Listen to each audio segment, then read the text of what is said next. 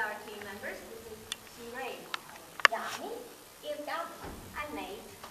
Now, I'm proud to present you our concept, Campus Everywhere. Let's start with what?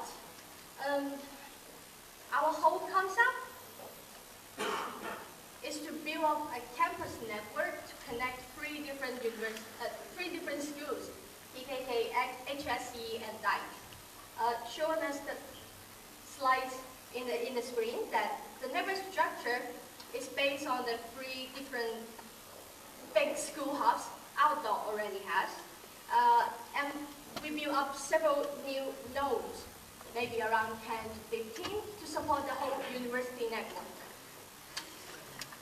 And the node we're talking about here is a living complex for students with very good transportation, excellent accessibility of study materials. And we'll explain the nodes very soon. The whole core concept is to encourage more interdisciplinary connections, widen students and researchers' study and daily life. To encourage most researchers and scholars to communicate with each other, enhance all kinds of academic activities and collaborations. And then the next question is, where exactly is the campus? As you see in the map here, the three big hubs, PKK, HSA, and DIKE, will stay in the exact place now they are. And certain amount of nodes will be spreading everywhere in the whole city. Each node has its own theme, or so-called branded. Overall, the campus will be everywhere in the Helsinki metropolitan area.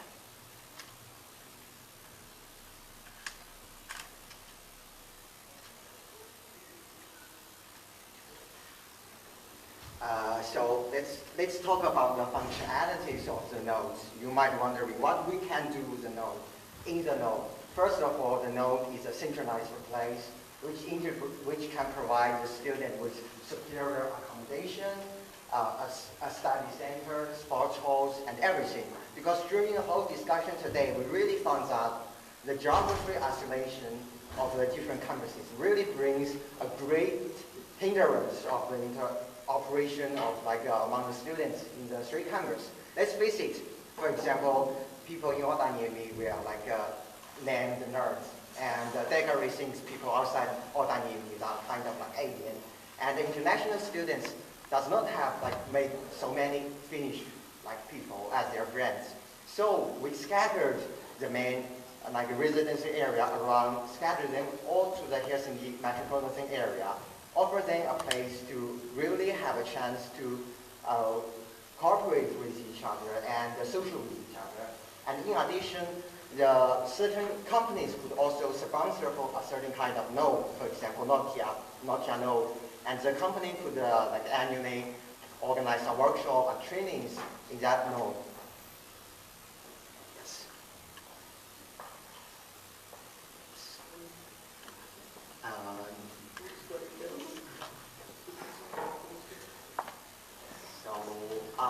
Here should be a picture Aalto with the three logos of the university. We want to emphasize that we should not interfere the operation of the three independent universities that much or changing the main campus area, because they also have a very strong identity there. And the Aalto should be a superior management, really really bring them together to have synergy and let them forget about their old identity, replace a new identity to be automated. So why should we do this? Well, basically, this idea would challenge the current idea where all the campuses are divided by different disciplines. So after this, people would still be divided, but now more based on interest than study disciplines. Also, a big area where everybody would live is almost impossible to realize. Placing people together through overlapping interests will also help in them creating networks and relationships that span over disciplinary boundaries.